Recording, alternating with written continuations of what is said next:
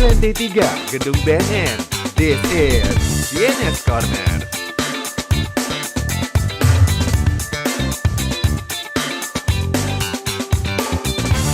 CNS Podcast hadir kembali barengan sama Ilham dan juga Aya. Dan kali ini narasumber kita spesial banget buat kita berdua. Dan langsung aja kita sambut ada Komjen Pol Martinus Hukom SIK MSI selaku Kepala Badan Narkotika Nasional Republik Indonesia.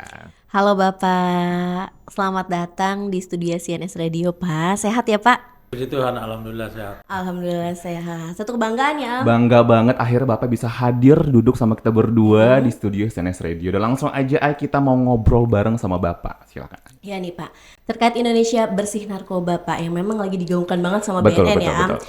Menurut Bapak, pengertian Indonesia bersinar itu memang seperti apa sih Pak? Pertama-tama saya menyapa para pemirsa CNS. Assalamualaikum warahmatullahi wabarakatuh. Salam sejahtera buat kita semua. Om Swastiastu. Namo Buddhaya, salam kebajikan. Selamat pagi. Salam sehat tanpa narkoba. Menyangkut pertanyaan yang tadi ditanyakan oleh Pak Ilham dan Mbak Nur, menyangkut apa sih makna dari Indonesia bersinar ya, bersih tanpa narkoba. Indonesia bersinar atau bersih tanpa narkoba, mungkin dalam bahasa Inggrisnya kita bisa maknakan sebagai Indonesia drug free ya, Indonesia drug free. Ini merupakan satu kebijakan global sebenarnya, bergeser dari kebijakan lama yaitu war on drug. Kita ketahui bahwa war on drug itu adalah satu kebijakan global yang digunakan kurang lebih tahun 1971 oleh, pada saat itu lebih tepatnya dideklarasikan oleh pemerintah Amerika Serikat, Presiden Nixon pada saat itu, karena begitu masifnya penggunaan narkoba di Amerika dan hampir di seluruh dunia, sehingga mereka menempatkan pengguna narkoba, drug abuse itu sebagai musuh nomor satu kemanusiaan, lalu menggunakan istilah war on drug.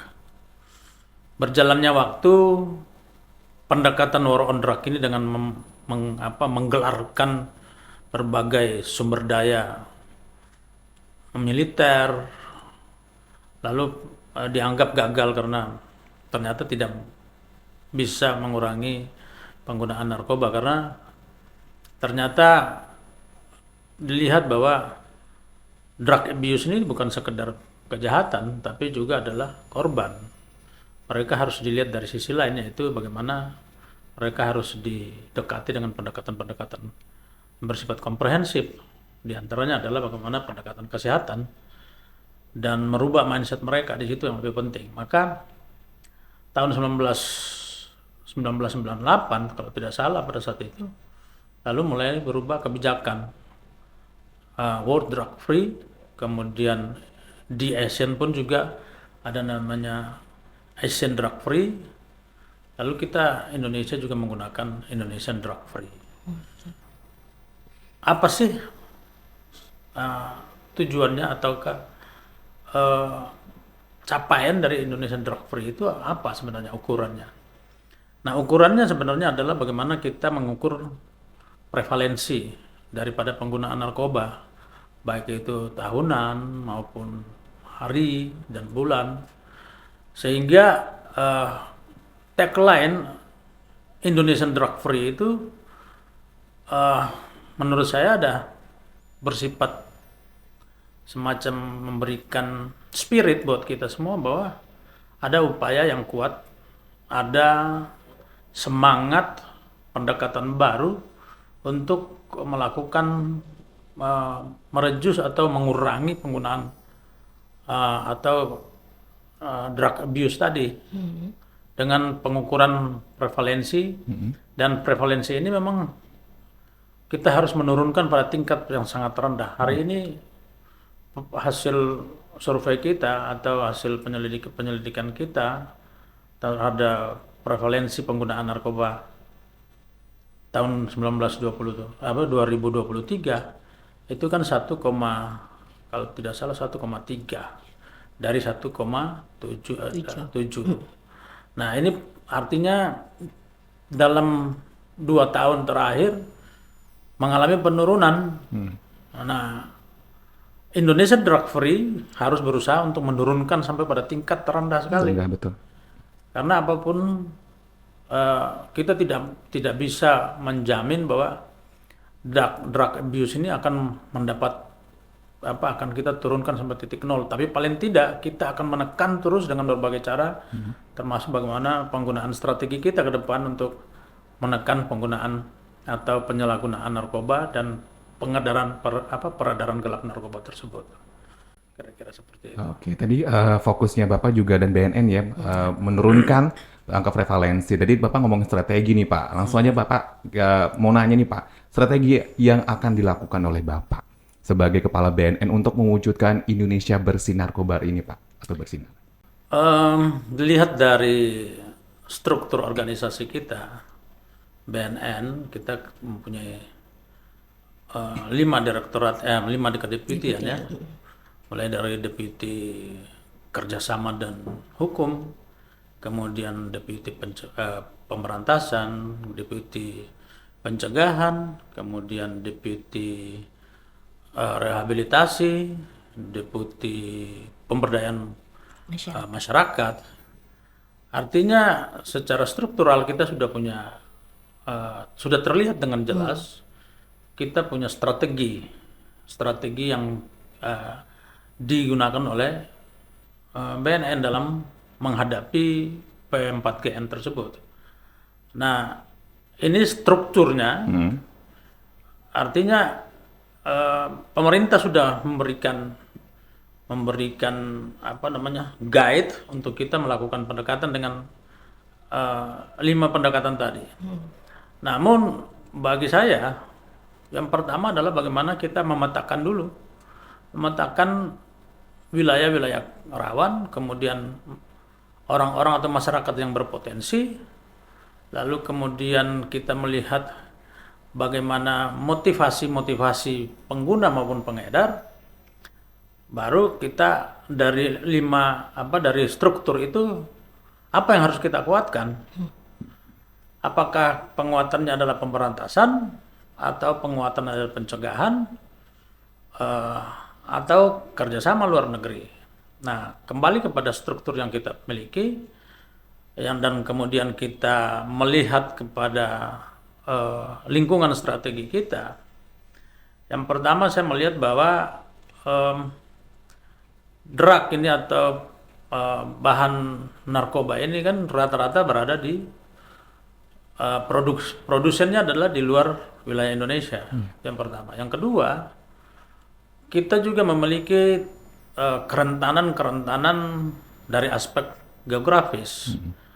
Jalur atau garis pantai kita yang sangat panjang, lebih dari 81.000 kilometer. Kemudian batas darat juga yang cukup panjang antara negara-negara tetangga seperti dengan Malaysia, dengan Timor Leste, dengan Papua, lalu dengan Brunei. Artinya yang harus kita gunakan adalah, pertama adalah pendekatan penguatan intelijen untuk mendeteksi masuknya narkotika ke Indonesia.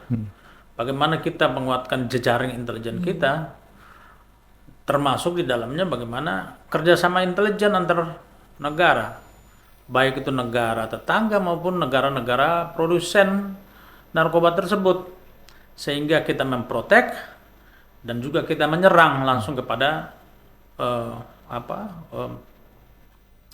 sumber daripada narkoba tersebut. Itu yang pertama. Yang kedua, kita juga selain yang tadi saya jelaskan tadi itu adalah supply reduction ya, reduction. Artinya kita sedang menjaga supaya supply ini kita menekan, kita menghancurkan supply-nya. Tapi ada hal yang kedua yang sama pentingnya adalah demand reduction. Demand reduction ini artinya kita menutup market daripada peredaran narkoba tersebut. Bagi saya, bahkan menurut saya itu lebih penting karena kalau kita berbicara dengan masalah supply reduction, itu kita harus ada kekuatan polisi, kekuatan penegak hukum, kekuatan intelijen yang harus kita gelarkan setiap hari, dan itu membutuhkan biaya yang sangat besar, energi yang ekstra dibandingkan dengan kita berbicara tentang demand reduction. Demand reduction ini adalah bagaimana kita menutup atau mematikan market dengan membangkitkan kesadaran kolektif masyarakat, supaya masyarakat pertama adalah mereka mengetahui bahwa bahaya narkoba itu seperti apa, dampak negatifnya terhadap kemanusiaan, dan otomatis kemanusiaan secara kolektif dan kepada juga individu-individu, sehingga mereka bisa sadar bahwa ada bahaya besar yang sedang mengintervensi kemanusiaan kita, masyarakat kita, dan yang kedua adalah mereka mengatakan tidak kepada narkoba tersebut. Nah, ini dua pendekatan besar kita. Di samping itu, kita juga kepada masyarakat kita atau saudara-saudara kita yang kemanusiaannya sudah tercabik-cabik oleh pengaruh narkoba tadi, dalam hal ini adalah para pengguna. Kita tidak melihat mereka sekedar penjahat atau kriminal, tapi kita harus menempatkan mereka sebagai orang yang sakit, orang yang sedang butuh pendekatan yang lebih komprehensif untuk memulihkan mereka akibat dari penyalahgunaan narkoba tadi. Berbicara tentang penyalahgunaan narkoba pun sendiri, saya melihatnya ketika orang pertama kali menggunakan narkoba, bagi saya itu adalah kejahatan. Pertama kali, karena dia sudah tahu sebenarnya apa sih narkoba itu. Pasti dia tahu. Kecuali manusia yang tidak punya akal sehat. Maka menurut saya, para pengguna yang pertama itu adalah penjahat. Harus kita menempatkan mereka pada dua sisi, yaitu kejahatan, tapi lalu kemudian kita juga tidak melulu membingkai, menstigma mereka sebagai penjahat, tapi kita harus menempatkan mereka juga sebagai orang yang harus didekati dengan pendekatan kemanusiaan. Kenapa demikian? Ketika orang pertama kali menggunakan, ada aspek-aspek motivasi yang harus kita selidiki di situ. Aspek apa yang mendorong mereka untuk menggunakan? Apakah mereka ini hopeless, stres, patah hati, dan sebagainya. Tapi sejak awal saya sudah katakan bahwa kejahatan itu diawali dengan suatu niat. Betul. Bukan motivasi tidak menjadi alasan untuk kita tidak melihat mereka sebagai penjahat. Contohnya ketika kita berbicara tentang orang mencuri, ketika dia mencuri karena dia tidak lapar, maka yang dihukum bukan laparnya, tapi yang dihukum adalah mencurinya, mengambilnya. Niatnya apa ya? Bukan niat. Tindakannya. Tindakannya itu. Jadi kita bedah betul aspek ontologi kejahatan itu sehingga kita bisa membedakan mana harus kita gunakan pendekatan kemanusiaan dan mana kita harus menggunakan pendekatan hukum.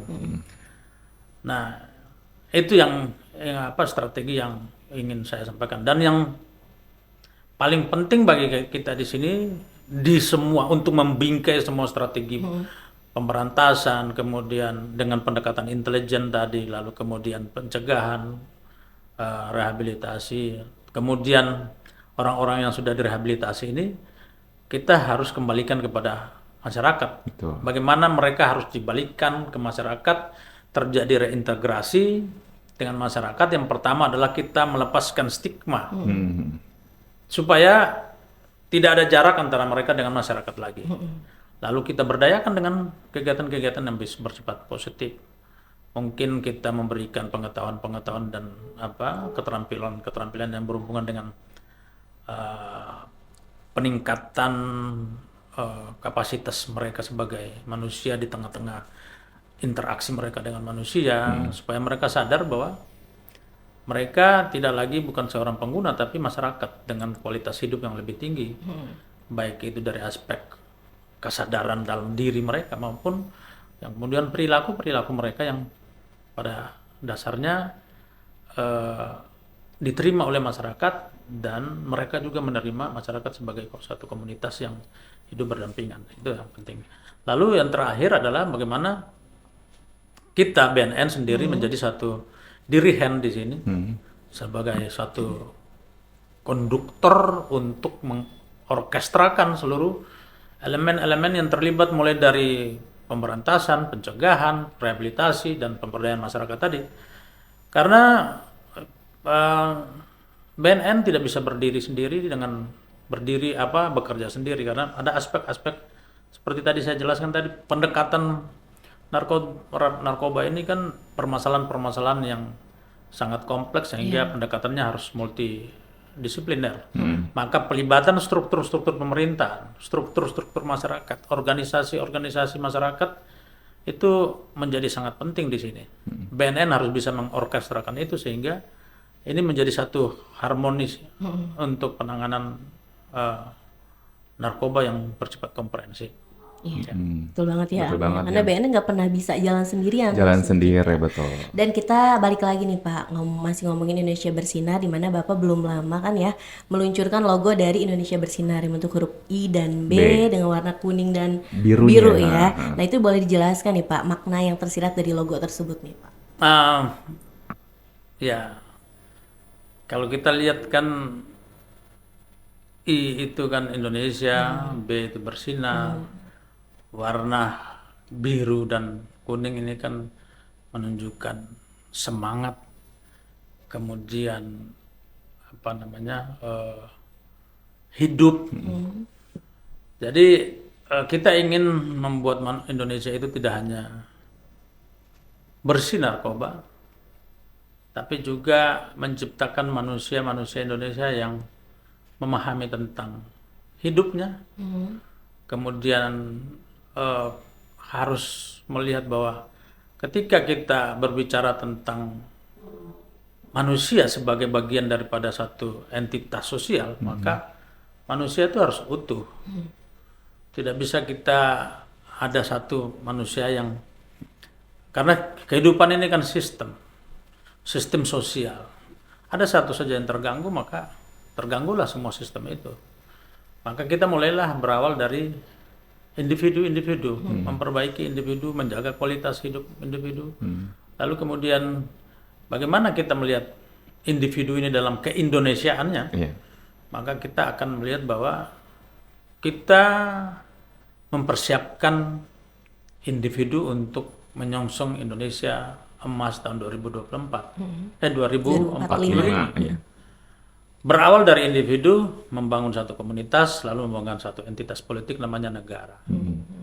2045 kita tidak akan bisa mencapai Indonesia emas itu kalau tidak mulai dari diri sendiri. Dan hari ini, bukan tunggu sampai 2045 ya. Harus sekarang ya Pak ya. Indonesia Bersinar itu adalah satu motivasi buat kita semua untuk membentuk sumber daya manusia yang berkualitas, kira-kira seperti itu. Mereka generasi bersinar. Generasi sukses percaya diri, bikin konten menginspirasi. Dari cuma doyan ngopi, sibukin diri, bikin usaha sendiri. Bukan leyeh-leyeh tak berarti. Bergerak positif, berbagi ilmu, tulus dari hati. Kamu para generasi muda harapan bangsa. Pilih jalanmu dan jadilah generasi bersinar, bersinarkoba. Oke nih Pak, dan sekarang kita mau berbicara seputar penyalahgunaan narkoba. Seperti yang pernah tadi Bapak bilang juga ya, sampaikan juga bahwa garda terdepan berada di pencegahan juga ya Pak ya. Nah, seberapa penting nih Pak peran pencegahan atau cegah dalam mewujudkan Indonesia yang bersih dari narkoba Pak? Kalau kita berbicara tentang pencegahan, itu kan kita berbicara tentang ada dua hal ya kalau kita bicara tentang tindak pidana. ada namanya Actureus, aksi, Aksi. dan yang kita tarik ke belakang lagi itu namanya niat atau apa istilahnya, ya motivasinya. Aksi dan motivasi. Ya, jadi kalau pencegahan kita menarik diri ke belakang, bukan melakukan penekanan terhadap perbuatannya, Betul. tapi kepada motifnya. Bagaimana kita bicara tentang motif? Kita ada di dalam masyarakat. Pencegahan itu tadi saya sudah jelaskan sedikit bahwa berupaya untuk menciptakan manusia, setiap orang menjadi polisi bagi dirinya sendiri. Nah, dalam hubungannya dengan narkoba, lalu kita hubungkan juga dengan perkembangan teknologi, perkembangan teknologi informasi, lalu membentuk satu nilai-nilai dalam masyarakat, termasuk di dalamnya bagaimana intervensi narkoba kepada masyarakat. Apa yang harus kita lakukan dari aspek pencegahan? Yang pertama adalah kita harus bisa melihat budaya-budaya kita. Kita harus bisa melihat patron-patron yang terbentuk di dalam masyarakat. Kalau kita berbicara tentang patron dalam masyarakat itu, menurut saya ada dua patron besar, yaitu patron yang bersifat tradisional dan patron yang bersifat non tradisional atau patron-patron yang abstrak. Patron tradisional itu terbentuk di dalam sudah alamiah sebagai satu masyarakat. Contohnya orang tua. Orang tua itu dia menjadi patron buat anak-anaknya. Kemudian kepala desa misalnya, dia menjadi patron buat masyarakat. Kemudian ulama, dia akan menjadi patron kepada umatnya. Manusia itu struktur sosial itu terbentuk patron and klien. Patron ini orang yang diikuti, yang punya karisma sebagai pemimpin, sebagai panutan. Klien itu dia mengikuti apa panutan ini. Sehingga dari aspek pencegahan, struktur patron and klien ini kita harus kuatkan. Lalu kemudian ada patron-patron non tradisional seperti artis, orang-orang populer, kemudian para influencer, kemudian ini lagi figur-figur yang punya prestasi. Ini juga kita kuatkan patron-patron ini. Nah, ketika kita bicara tentang teknologi, kita lalu kemudian mengalami namanya multi patron. Banyak sekali patron-patron yang abstrak sekali yang masuk, yang kita tidak tahu dia berawal dari mana karena dia hidup dalam dunia digital, lalu menjadi patron-patron yang abstrak buat masyarakat kita. Ini bisa sangat berbahaya ketika kita tidak memahami betul bagaimana propaganda-propaganda di dalam suatu media sosial.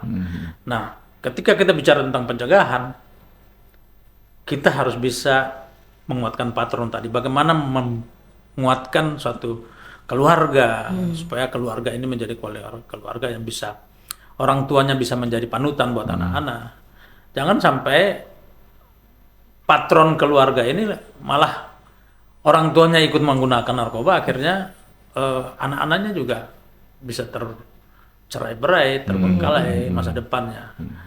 Maka pencegahan harus membangun itu, lalu kemudian menjadi satu dari patron keluarga, kemudian patron lingkungan, kemudian keumatan dan lain-lain. Kita akhirnya menguatkan satu namanya social resilient, kekuatan sosial kita, supaya apapun pasar, apapun supply yang kuat, tapi kalau kita sudah membangun satu kekuatan masyarakat, kita tidak perlu takut dan lebih murah, lebih efektif, lebih efisien daripada kita harus menggelar operasi intelijen, operasi penangkapan sepanjang tahun dengan aspek letak geografis kita dan negara kita yang sistemnya yang terdiri dari pulau-pulau ini harus bagaimana kita menjaganya dengan sistem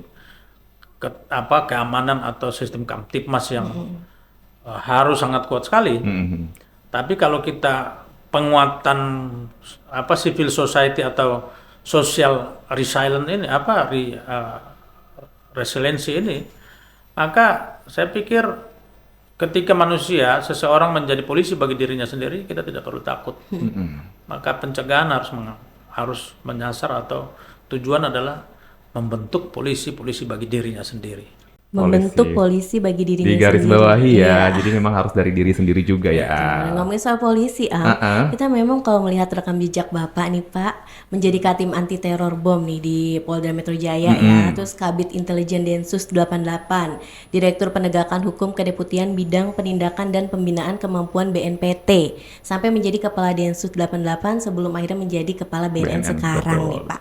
Begitu dekat dengan hal-hal yang extraordinary crime ya Dan sekarang Bapak menangani narkoba, di mana narkoba masuk ke 3 kejahatan dunia Betul, ya. betul. Nah, mungkin boleh diceritakan Pak perjalanan hidup seorang Komjen Pol Martinus Hukom SIK MSI dari masa muda hingga saat ini nih Pak. Pertanyaan yang sulit untuk saya jawab karena saya harus memanggil memori saya untuk mengingat satu persatu perjalanan hidup saya. Tapi pada prinsipnya begini, saya selesai dari Akademi Kepolisian, bekerja sebagai polisi di Polda Jawa Barat. Saya terbiasa dengan kejahatan-kejahatan jalanan. Lalu kemudian selesai mengikuti S1 di Perguruan Tinggi Ilmu Kepolisian. Tahun 2000 ada bom besar meledak, tepatnya 24 Desember malam Natal. Kalau tidak salah ada 8 kota yang dibom pada saat itu. Lalu itulah yang menjadi tugas pertama saya untuk menangani teror. Sejak saat itu, walaupun saya masih di Perguruan Tinggi Ilmu Kepolisian, tapi kemudian saya dilibatkan dalam penyelidikan pada saat itu. Lalu kemudian setelah selesai dari Perguruan Tinggi Ilmu Kepolisian, masuk ke Polda Metro Jaya, tugas itu terus diberikan kepada saya. Dan sampai mulai saat itu sampai hari ini, saya tidak pernah menggunakan menangani kasus-kasus lain selain kasus-kasus extraordinary, terutama masalah teroris. Saya terlibat di dalam Satgas pengungkapan bom Bali 1 tahun 2002, dan orang yang pertama menemukan nama Amrozi, salah satu aktor kunci dari pengungkapan bom Bali 1 itu adalah Bapak. Wih, keren, bangga nih. Perjalannya waktu, saya ditunjuk menjadi sebagai kepala bidang intelijen pada saat itu. Kenapa saya ditunjuk sebagai kepala bidang intelijen? Karena sejak bom Bali 1 sampai penunjukan saya sebagai kepala bidang intelijen Densus tahun 2010 itu adalah ada satu proses panjang di situ.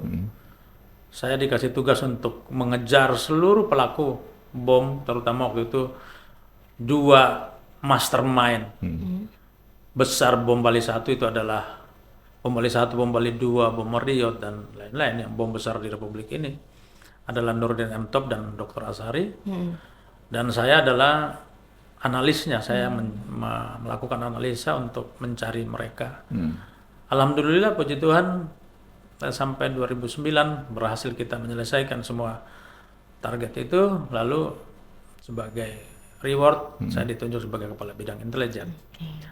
Sehingga pekerjaan saya pada prinsipnya bermain di dunia analis dan intelijen. Sampai hari ini saya berharap bahwa kunci daripada keberhasilan kita adalah bagaimana melihat suatu permasalahan itu dari sisi analitik, lalu mengurainya dengan hasil-hasil analisa tadi. Artinya yang menjadi kunci adalah bagaimana kemampuan berpikir, kemampuan analitik, melihat problem-problem, apapun permasalahannya harus bisa kita analisa. Kita harus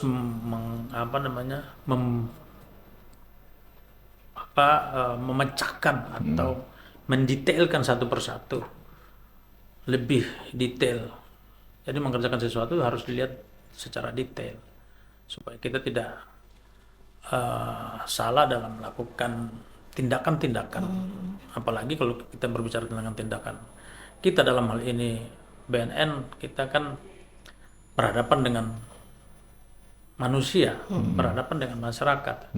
Ada aspek-aspek yang harus kita perhatikan di sini adalah bagaimana tindakan kita membawa konsekuensi-konsekuensi hukum maupun konsekuensi-konsekuensi tentang keselamatan. Maka terpenting di sini adalah kita membedah satu persatu permasalahan itu, lalu dengan hasil analisa, melalui satu proses analisa, kita mengambil satu kesimpulan, lalu kemudian kita mengambil satu keputusan.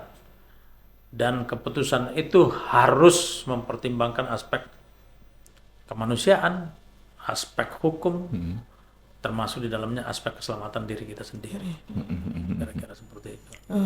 Tapi kalau jujur ya Pak, kita mau Ayah pribadi mau ngungkapin tadi sebelum Bapak datang ke sini itu udah kayak deg-degan, kayak takut seperti apa sosoknya Deg-degan Bapak, kan banget, kita Bapak. Deg-degan takut banget, banget. Dan walaupun Bapak di lapangan berhubungan dengan BOM, BNPT, dengan segala extraordinary crime-nya, tapi ketika kita beberapa Berbicara. menit berbicara, ternyata Bapak sosok yang hangat, bijaksana, dan yang tadinya dingin tangan, jujur Jadi sekarang udah hangat. nggak dingin Bapak.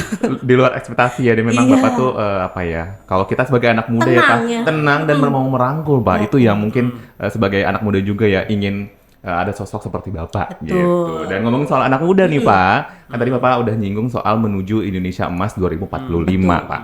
Nah, peran apa ini yang Bapak harapkan dari anak muda seperti kita berdua nih Pak dalam upaya P4GN, terutama nih Pak di era kemajuan teknologi informasi yang sangat pesat seperti perdagangan gelap Pak atau dark web. Sebelum saya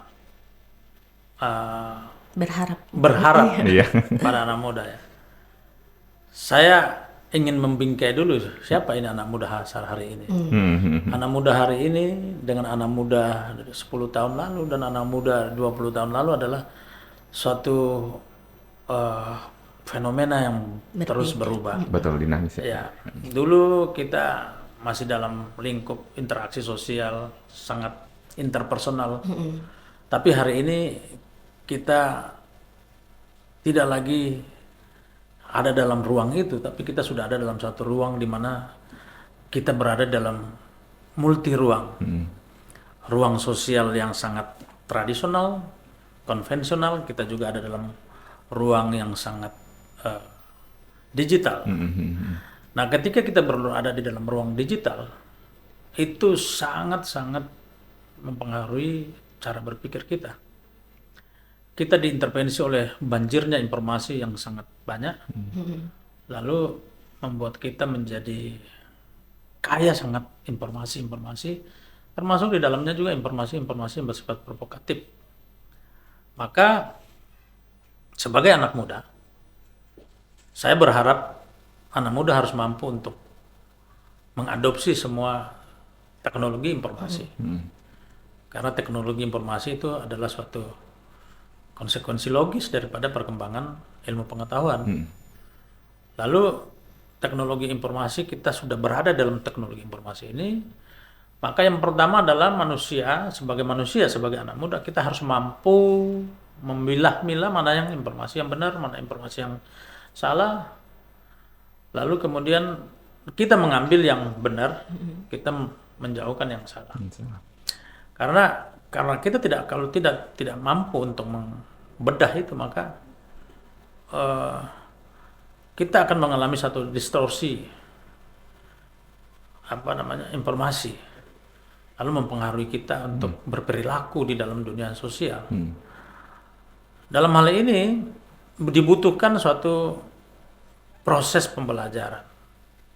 Maka sebagai anak muda yang sudah ada dalam ruang digital, dia harus menarik diri kembali ke ruang konvensional untuk membaca, menilai nilai-nilai tradisional kita, nilai-nilai, atau dalam istilah Perancis Fukuyama itu dia sebutkan bahwa social capital.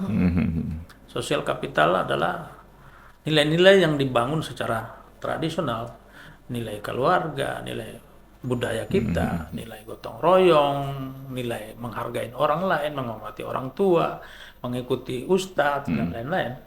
Lalu ini membentengi anak muda ini supaya ketika dia berada dalam ruang digital yang sangat multi interpretasi tadi, multi intervensi tadi, dia siap menghadapi itu semua. Maka anak muda harus berada di dua sisi, ruang digital dan ruang konvensional supaya bentengnya itu kuat sekali. Berhubungan dengan narkoba juga pada akhirnya, karena dia ada dalam ruang digital tadi, para pengguna para pengguna ataupun para pengedar ini juga dia menggunakan juga ini ruang-ruang ini juga untuk melakukan menguatkan pasar, mengekspansi pasarnya.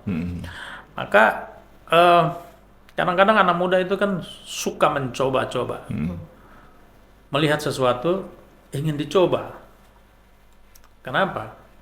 Karena satu penasaran. Betul. Yang kedua adalah dia ingin mencari aktualisasi diri. Aktualisasikan dirimu dengan hal-hal yang bersifat positif.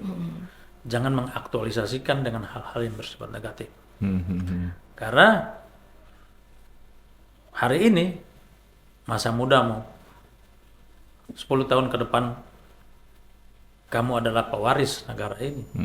Pewaris dari kemanusiaan untuk melanjutkan cita-cita kita sebagai negara, sebagai kehidupan berbangsa dan bernegara, untuk menata atau terlibat dalam setiap perkembangan negara ini. Maka harapan saya tadi bahwa aktualisasikan dirimu lah dengan hal-hal yang bersifat positif dan buanglah jauh-jauh hal yang bersifat negatif dari intervensi media sosial dan dunia digital tadi. Gitu. Pernah nggak sih kamu dihantui suara-suara seperti ini? Bro, ada barang bagus nih. Pakai ini bisa bikin happy. Cobain deh. Ayolah. Stop. Suara-suara yang nggak baik. Guys, itu cara mereka buat ngajak kamu jadi pecandu narkoba. Jangan pernah sentuh narkoba. Nggak ada gunanya. Kamu harus kuat menahan godaan. Kamu harus punya pendirian bahwa kamu nggak akan pernah menggunakan narkoba. Penting banget ya Ayah untuk bisa mengasah diri juga ya Pak ya. Dan di sekarang kan tanggal 20 Maret ya? Iya. Dimana 2 hari lagi nih BNN akan merayakan ulang tahunnya atau hari jadinya yang ke-22 tahun nih Pak. Nah menurut Bapak nih apa sih makna hari jadi BNN ini? Nanti berarti 2 hari lagi kita tag podcast ini ya. Betul. Apa yang spesial nih Pak di HUT BNN kali ini nih, Pak? Hari ini tanggal 22 ya? Iya Pak. Tanggal 22 ulang tahun yang ke-22. Betul. Di bulan suci Ramadan. Betul, spesial Pak ya. Spesial. Yang pertama adalah momen untuk merefleksi. Refleksi bagi diri sendiri, insan BNN, dan refleksi struktural organisasi. Pertanyaan kepada kita, sudah 22 tahun, apa yang kita buat? Buat negara ini. Dari sisi dari sisi penanganan P4GN, pencegahan, pemberantasan, penyalahgunaan dan peredaran gelap narkoba. Apa yang sudah kita lakukan? Itu harus kita refleksikan sebagai 2 entitas tadi, struktural dan personal. Sebagai seorang penegak hukum, sebagai seorang operator pencegahan, sebagai seorang operator rehabilitasi, dalam setiap pendekatan, apa yang sudah kita lakukan. Lalu kita hubungkan dengan di bulan suci Ramadan ini. Ya, 2 hal bertemu menjadi satu. Penyucian diri dalam bulan suci dan penyucian diri untuk menangani narkotika. Jadi bagi saya 2 momentum besar ini harus kita gunakan supaya kita memahami siapa diri kita, kesadaran kita untuk melihat lingkungan kita, lalu bagaimana kita bertindak sesuai kapasitas dan peran kita untuk menangani masalah P4GN tadi. Mampukah kita menciptakan Indonesia bersinar dengan makna apa namanya tadi yang saya sudah jelaskan tadi, bahwa menempatkan manusia tidak sekadar musuh, menempatkan drug abuse tidak sekadar musuh, tapi menempatkan mereka juga sebagai personal atau individu yang perlu didekati dengan pendekatan-pendekatan yang lebih humanis.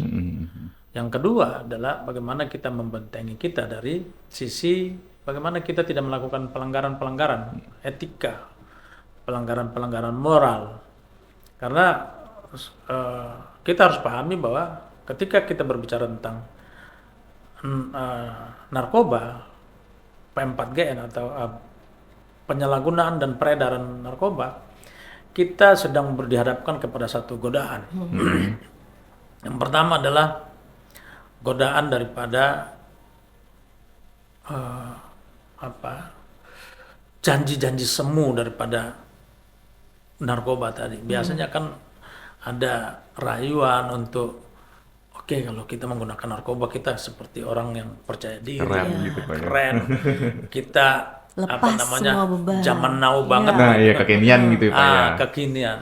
Nah, itu kita harus hindari karena narkoba itu hanya sebuah ilusi. Ilusi, Iya. betul. Jadi janji-janji semu seakan-akan kalau kita menggunakan narkoba kita harus kita akan bisa mampu untuk membangun hubungan sosial, padahal itu semua adalah ilusi semua. Hanya merusak. Jadi yang kedua, yang ketiga yaitu bagaimana kita tidak tergoda dengan para pengedar dengan begitu banyak mereka memiliki duit, lalu mereka bisa membeli siapa saja. Maka di dua momentum yang bertemu pada satu titik itu, yaitu bulan suci Ramadan dan ulang tahun BNN yang ke-22, refleksi kita adalah tadi, marilah kita melakukan pekerjaan kita dengan ketulusan, keikhlasan, dengan profesional, dan yang kedua kita bentengi diri kita, baik secara individu maupun secara struktural, supaya kita tidak terjerumus dalam setiap godaan yang ditawarkan oleh para pengguna dan para pengedar gelap narkoba.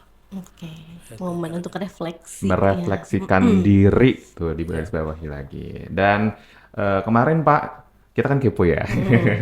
Kemarin kan Bapak habis menghadiri nih Pak sidang sesi ke-67 Commission on Narcotic Drugs atau CND di Wina minggu lalu nih Pak. Boleh di-share hasil pertemuannya seperti apa dan menurut Bapak seberapa pentingnya pertemuan internasional atau kerjasama internasional bagi Indonesia dan BNN khususnya dalam upaya P4GN dalam mewujudkan Indonesia bersinar? CND ini menjadi satu momentum pertemuan global di mana kita bisa berinteraksi dengan seluruh stakeholder global dalam penanganan drug abuse atau peredaran gelap dan pengguna narkoba tersebut. Itu momentum yang sangat ditunggu-tunggu karena kita bisa bertemu dengan setiap orang untuk membangun satu komunitas global dalam rangka sharing informasi, menyamakan persepsi tentang narkoba, termasuk di dalamnya mengantisipasi new substances ya. Karena perkembangan masyarakat ini kan terus berkembang. Teknologi, cara berpikir, pengetahuan, lalu merubah semua perilaku, termasuk di dalam juga adalah modus operandi. Modus operandi kejahatan.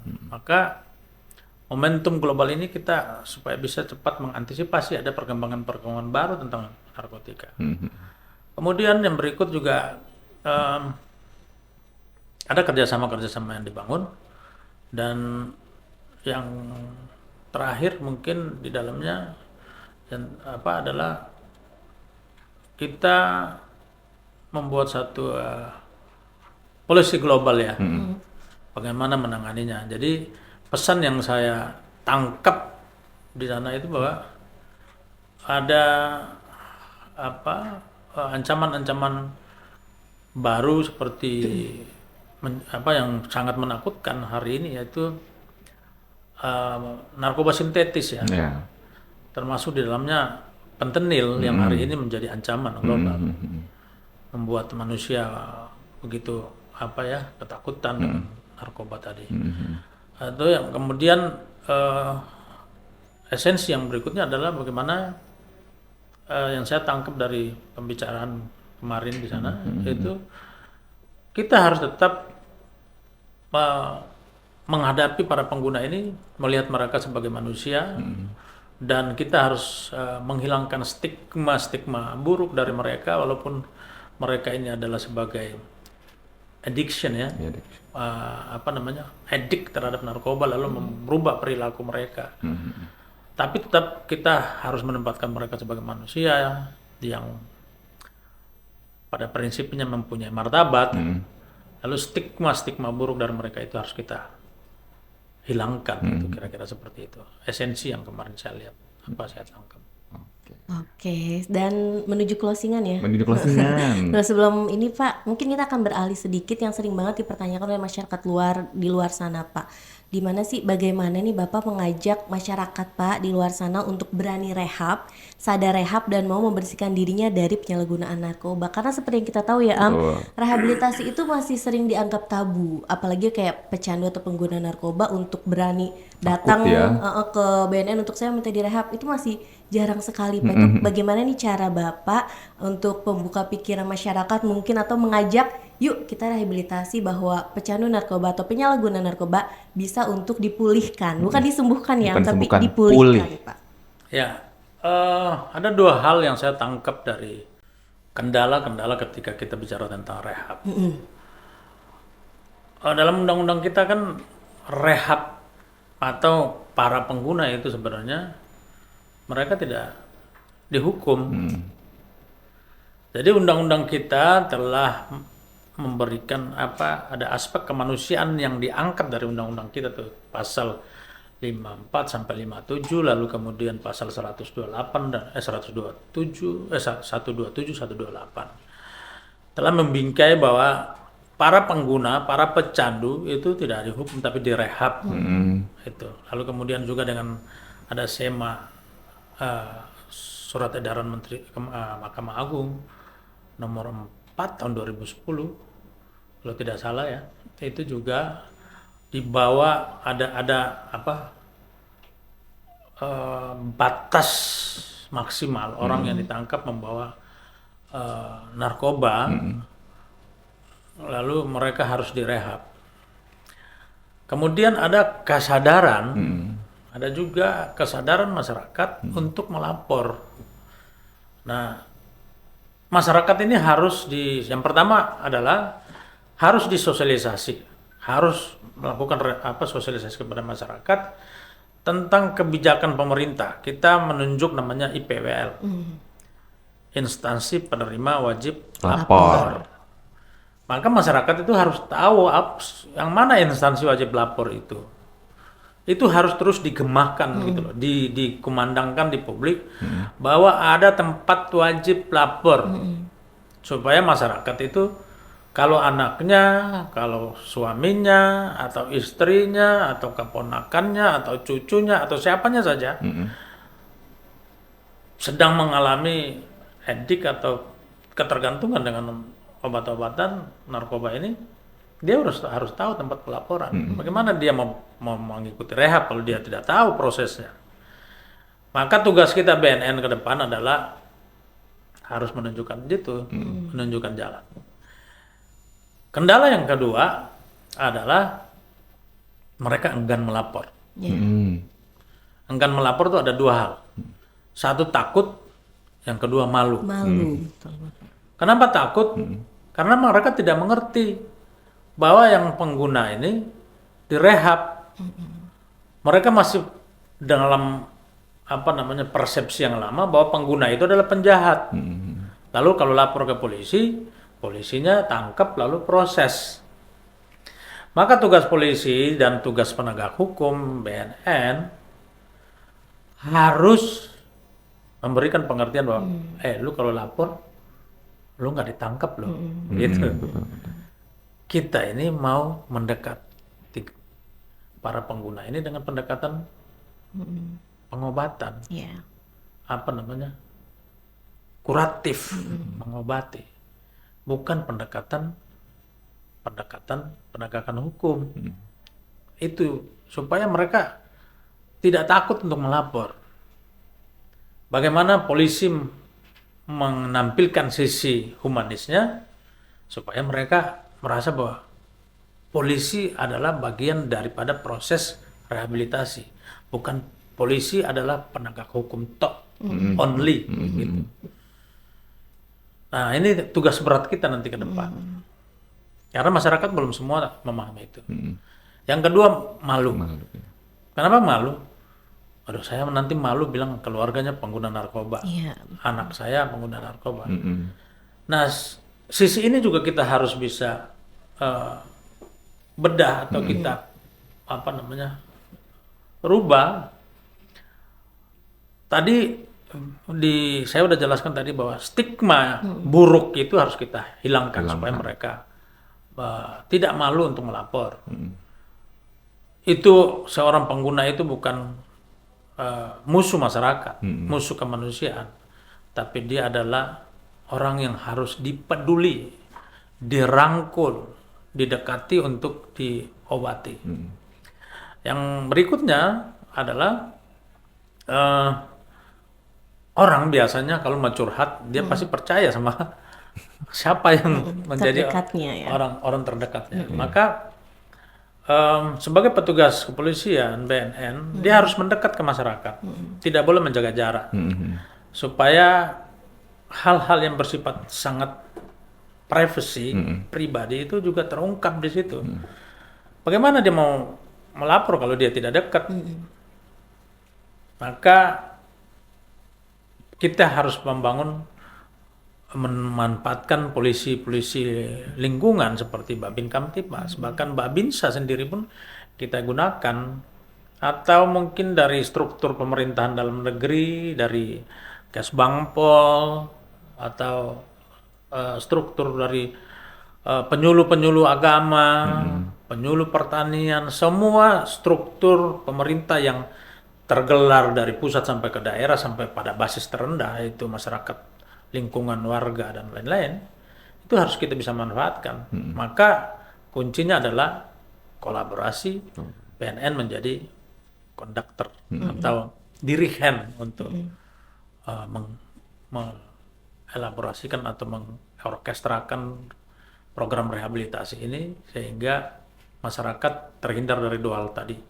3 hal ya, tidak tahu jalan untuk melapor, malu. Oke. Aduh, akhirnya ya udah sharing banyak insight ya Ayah dari tadi, jangan termakan sama apa sih janji semu narkoba, terus merefleksikan diri dan juga stigma-stigmanya harus kita buang ya Pak. Terima kasih Bapak atas waktunya. Sehat selalu. Pokoknya Sobat Cegah nih ya, yang paling penting adalah BNN tuh nggak bisa sendirian. Kita harus berkolaborasi, jalan bersama. Sobat Cegah. Oke, kita akan ketemu lagi di CNS Podcast, CNS Corner berikutnya dengan narasumber yang informatif dan juga termotivasi juga ya, Ay. Dan kita pamit, bye-bye.